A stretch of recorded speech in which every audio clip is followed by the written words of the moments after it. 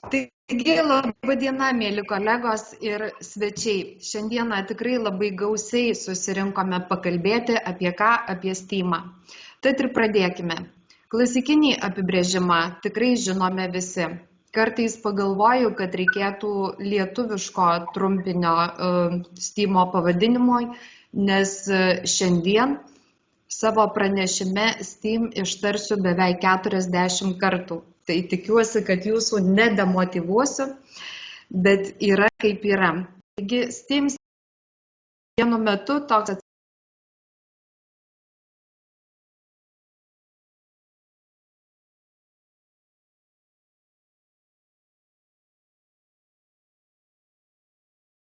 ar tai deklaruojame ar ne, jis visur yra kitoks, bet taip ir turi būti. Na, o mano trumpo pranešimo tikslas yra papasakoti šiek tiek filosofiškai, šiek tiek metodiškai apie tai, kaip dalyvavimas STEM mokyklos ženklo projekte padėjo mums įveikti STEAM iššūkį.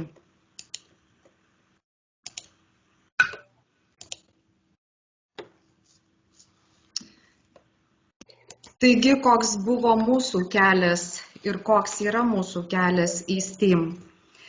Pirmasis proveržis įvyko 2015 metais, kai buvęs ugdymo plėtotės centras įvertino mūsų veiklą ir pasiūlė dalyvauti į STEAM ugdymą orientuotų mokyklų tinkle. Šioje vietoje mes galvojame, wow, mes turbūt tikrai esam panašus į STEAM mokyklą. Ir kad nuo šiol būsim aprūpinti viskuo, ko reikia STEAM, STEM, o gal STREAM. Laikui bėgant supratome, kad STEAM mokyklos kūrimas yra mūsų pačių rankose, nes Lietuvoje lygi šiol nėra aiškios STEAM politikos. Kaip bebūtų, entuziazmo vežami, nutarėme planuoti strategiškai ir STEAM ugdymas tapo vienu iš gimnazijos strateginių tikslų kelias į kitokią mokyklą. Tais pačiais metais greitai subūrėme pirmąją gimnazijos STEAM komandą, pirmiausiai su gamtos mokslų ir technologijų mokytojais. Su šia komanda ir pradėjome planuoti tai, kas mums atrodė svarbu. STEAM aplinkos modernizavimą, kabinetų kūrimą, mokytojų kvalifikacijos tobulinimą. Daug dėmesio skyrėme, aišku, ugdymo turinio ir formų įvairoviai. Šiuo laikotarpiu gimė Lietuvoje unikalus gamtamokslinis projektas Ekspedicija. Ir štai STEAM-o padangėje atsirado Vilniaus Gedimino technikos universitetas, kuris 2016 metais tapo mūsų STEAM partneriu ir ilgam įsitvirtino su VGTU klasėmis fizikos, automobilių mechanikos, biochemijos srityse, o taip pat ateities inžinerijos moduliais. Kitaip pradėjome suvokti kitas partnerystės su socialiniais partneriais, Vilniaus universitetu, Kauno technologijos universitetu, gyvybės mokslų centru, su kuriais būtų galima plėtoti STEAM veiklas. Tačiau laikui bėgant pradėjome justi, kad ar tikrai viskas taip ir yra. Vėl iškildavo klausimas, kas yra STEAM. Antrasis nušvitimas arba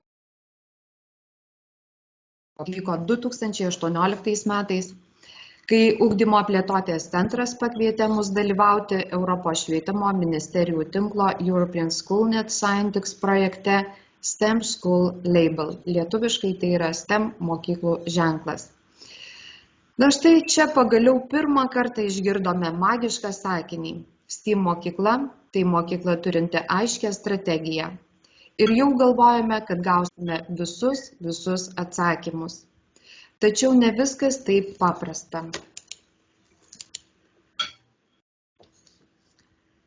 2018 metais tapome to paties projekto, aktyviais dalyviais, kuriame patys ir kūrėme su kitomis Lietuvos ir užsienio mokyklomis STEM mokyklos ženklo elementus ir kriterijus. Turbūt šią lentelę esate matę, tie, kurie dalyvaujate STEM School Label platformoje, tai tikrai esate matę. Taigi šiuos elementus ir kriterijus mums teko garbė ir kurti. Tačiau buvo be galo sunku apibendrinti įvairiausias Europos mokyklų patirtis, daugybę STEAM ar STEM užuomazgų, o kartu ir smarkiai pažengusių. 2019 metais kovo mėnesį įgijome reikšmingą pagreitį, kai Lietuvos mokyklos draugė su kitomis mokyklomis iš Portugalijos, Prancūzijos, Graikijos, Turkijos ir Serbijos registravosi STEM mokyklos ženklo platformoje ir išbandė STEM veiklos įsivertinimo priemonę. Mūsų gimnazijos STEM mokytojų komanda daug dirbo siekdama platformos išbandymo tikslo.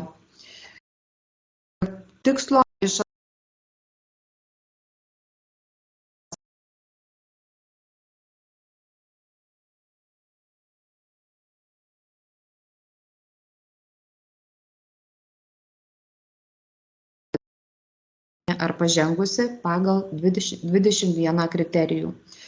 Po pirmojo įsivertinimo mums buvo suteiktas STEM School Label Competent ženklas, tai yra vidutinio lygio, ir mes tapome projekto STEM School Label Lietuvoje mokykla ambasadorė.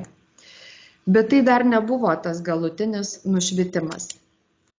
Na ir trečiasis proveržis įvyko 2019 metų, tai yra tų pačių metų rugsėjo mėnesį, kai STEAM komandos atstovės dalyvavo STEAM mokyklos ženklo dirbtuvėse European School Net būstinėje Briuselyje.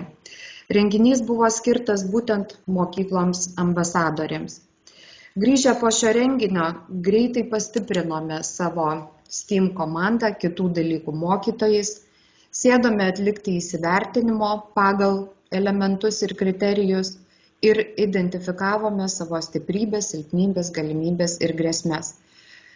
Taigi ir supratome, kad esame daug ką padarę, bet esame situacijoje, kai padėtis reikalauja dar vieno proveržio. Reikia visą apjungiančios strategijos. Didžiausias iššūkis visgi pasirodė, ir tai turbūt nenuostabu, kitų dalykų mokytojų ir mokinių įsitraukimas. Mokytojų tarybos posėdyje, tai buvo 2019 metų pabaiga, įvairiose darbo grupėse nustatėme esminius poreikius ilgalaikiams pokyčiams 2020-2022 metams.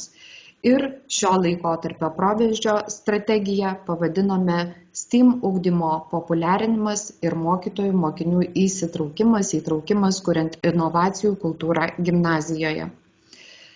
Tačiau pagrindinis klausimas buvo, kaip populiarinti ir kaip įtraukti. Trumpiausias atsakymas yra įdomiai ir protingai šviesti gimnazijos bendruomenę STEAM tematikos srityje, formuoti nuostatas ir požiūrį į vietinių, nacionalinių ir europinių visuomenės reiškinių pažinimo ir problemų sprendimo poreikį. Ir čia STEAM komandoje gimė genialios idėjos, viena po kitos. Bet pirmiausiai, po 5 metų, nuo 2015 metų, vėl grįžome prie klausimo, kasgi yra STEAM. Kam reikalingas STEAM ugdymas plačiaja prasme? Kaip ir sakė mūsų direktorius, tai yra filosofija ir misija, kuri ir patvirtina, kodėl mums reikalingas STEAM ugdymas.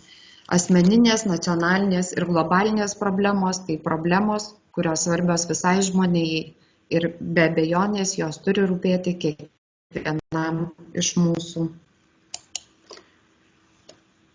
Taigi, taip ir atsirado supratimas, kad reikia vadovautis principu, kad STEAM mokykla yra mokykla turinti aiškią STEAM strategiją, vadovaujantis elementais ir kriterijais, kad būtina kurti išorinę ir vidinę STEAM kultūrą mokykloje, turėti ir STEAM komandą, aišku, mes turime jau seniai turėti logotipą, atskirti kabinetus, kad jie yra STEAMiniai, svetainę, kurti STEAM strategiją ir įtraukę kultūrą.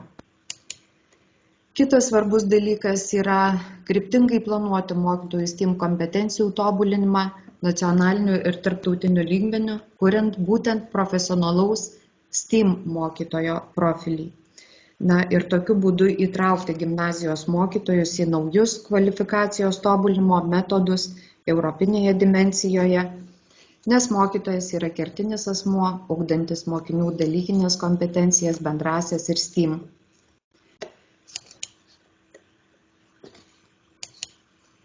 Na ir svarbu populiarinti ir įsitraukti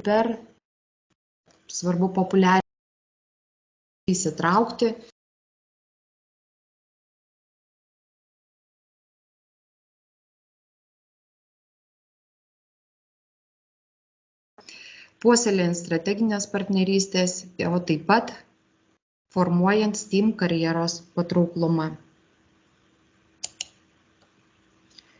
Na ir svarbiausias mūsų atradimas ir sukūrimas buvo išmokti pritaikyti ugdymo programų turinį, metodus ir vertinimą STEAM ugdymo populiarinimui ir įsitraukimui. Tai yra ne STEAM'as ateina, bet mes programas pritaikome prie STEAM'o. Ir tuo tikslu su komanda parengėme pagalbinę metodinę medžiagą, kaip įsitraukti į STEAM, tai yra visa schema mokytojų bendradarbiavimo ir konsultavimo. Kokia veikla yra STEAMinė? Vėliau aš parodysiu ir lentelę, kaip mes tai sukūrėme. Kokia veikla yra STEAMinė ir kaip planuoti įsitraukimą kiekvienam mokytojui, tai yra metinės užduotys. Na ir dabar noriu pasidalinti ugdomosios veiklos pritaikymo STEAM lentelę, kuri detaliai paaiškina, kaip planuoti ugdomąją veiklą, kad ji būtų STEAMinė. Ugdomoji veikla turi turėti savo tikslą, tai yra renginio tikslas, ir kad ugdomoji veikla būtų STEAMinė, ji turi turėti šiuos kriterijus, o tie patys kriterijai tai ir yra STEAM mokyklos ženklo kriterijai, kurie iš tiesų padeda mokytojui atsirasti STEAMinėje veikloje ir daugiau, sakysime taip, neabejoti, ar tai yra STEAM'as ar ne.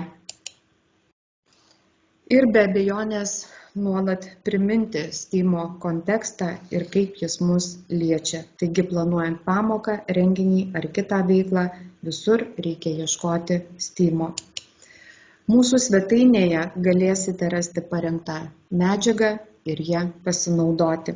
Ir be abejonės pažiūrėti, kokią kitą STEAMinę veiklą mes organizuojame Jotvingių gimnazijoje.